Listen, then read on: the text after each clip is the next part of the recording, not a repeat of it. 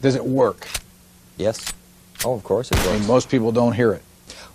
They will hear some of it, but not all of it. One of my favorite examples from this past year is the Resource Development Park that they were going to establish in Kansas City, until the good folks in the neighborhood where they were going to put the park asked, what is a resource development park? Do you know what a resource development park is?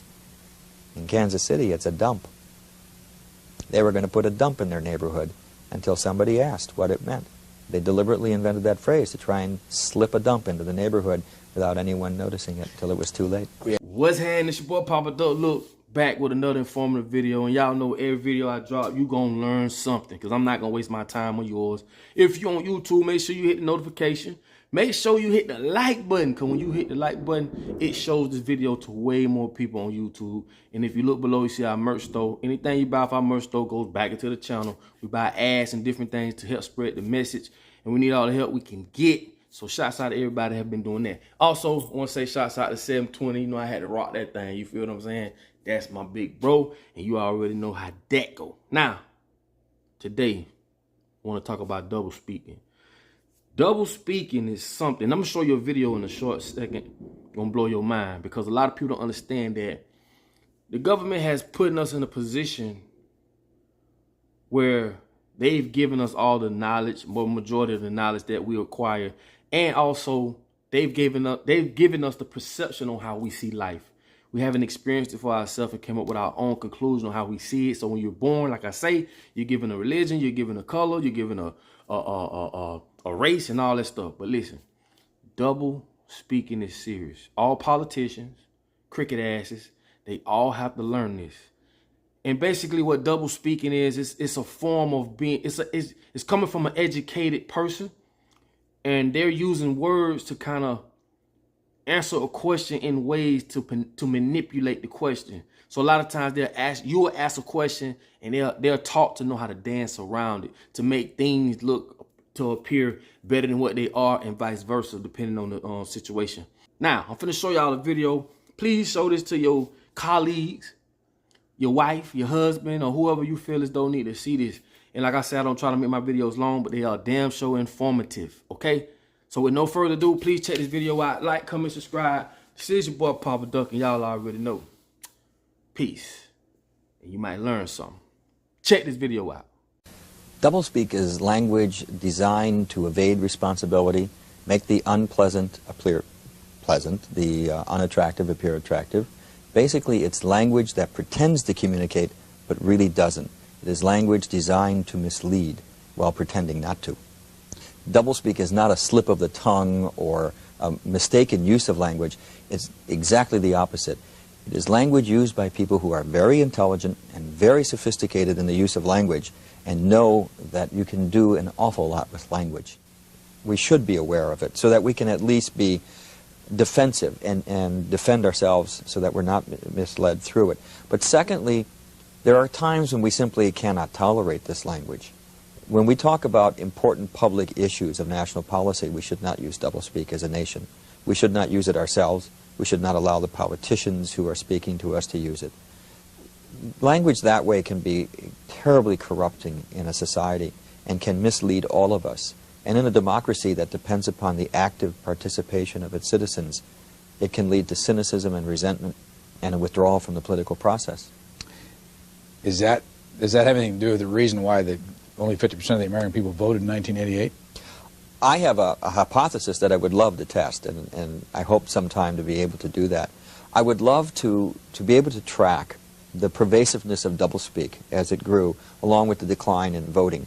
Because the reaction I get to doublespeak from a lot of readers of the Quarterly Review as they write to me is, well, of course I know this language. I see it all over the place. I see it all the time. But, you know, what else can you expect from politicians? They all lie. They all use doublespeak. It is that cynicism which leads to there's nothing I can do about it, so people withdraw. Is it true that you can put sugar-free on a product and still have sugar in it? Is probably the one question I've been asked most often, because people simply can't believe that happens. How can it happen? Because sugar-free simply means they haven't added table sugar or cane sugar to it.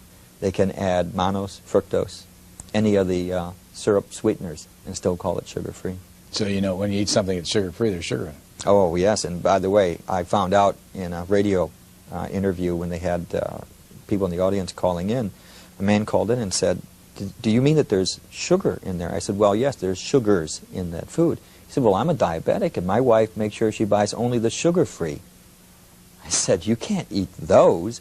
You have to use only the dietetic, because that's governed by law. Sugar-free isn't. Here's a man who was threatening his health through this kind of false labeling. It was absolutely amazing. But the food, his novel, 1984, addressed the importance of language in society and the control and manipulation of language to control and direct society. His fate. I think the most important point in 1984 is that power grows not out of the barrel of the gun. Power grows not out of the thought police and rule by terror. It grows out of the power of language in that novel. What is reality? Reality is not external. Reality exists not in the mind of the individual, which soon perishes, but in the mind of the party, which is collective and immortal. What the party says is reality is real. And how else can the party do that? Except by language. The party has taken control of language and has taken it away from the individual. And that's the power, because those in power who control language control the way we see the world. See, any politician in power starts using doublespeak. The Democrats did. Right? I love Jimmy Carter's comment on the failed raid to free the hostages in Iran. He called it an incomplete success. He did that without even thinking about it. He was just automatically using that kind of language. But we had doublespeak. So there's always a mixture of language, because anyone who reaches any position of power must either instinctively or knowingly know how to use doublespeak and know how to use it at a certain time and when to turn it on and off and to what degree. You can simply track that in anyone in the rise to power. I'm trying to think of the great Spencer Tracy movie.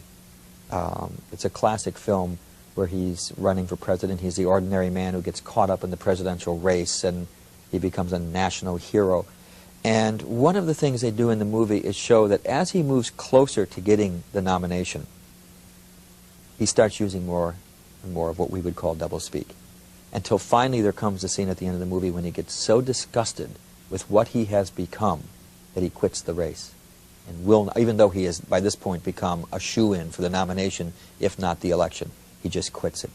But the movie has traced the compromises that he makes through language in order to achieve it. And I think that the American public believes that in order to get that far, you have to sell off so much that there's not much left at the other end, and that is reflected in the language that you use. It's done on purpose and with calculation, and you said yes. Yes. In fact, I cite a couple incidents in the book where I can document it was done. One is revenue enhancement. They had a meeting in the Office of Management and Budget. They said, we need a phrase to replace tax increase. They came up with revenue enhancement.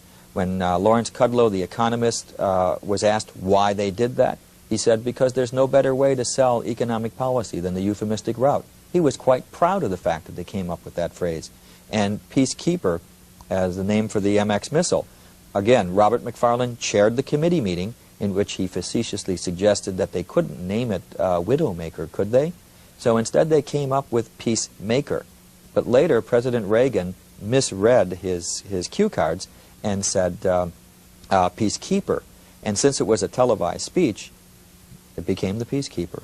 And it was a name that was deliberately designed to make a nuclear missile sound nice. Does it work? Yes. Oh, of course it works. I mean, most people don't hear it. They will hear some of it, but not all of it. One of my favorite examples from this past year is the Resource Development Park that they were going to establish in Kansas City, until the good folks in the neighborhood where they were going to put the park asked, what is a Resource Development Park? Do you know what a Resource Development Park is? In Kansas City, it's a dump. They were going to put a dump in their neighborhood until somebody asked what it meant. They deliberately invented that phrase to try and slip a dump into the neighborhood without anyone noticing it until it was too late. Hold on. Come on. What the business is, what the lick read. You ain't know, homeboy, what they call me. Hold on. Come on. what the business is.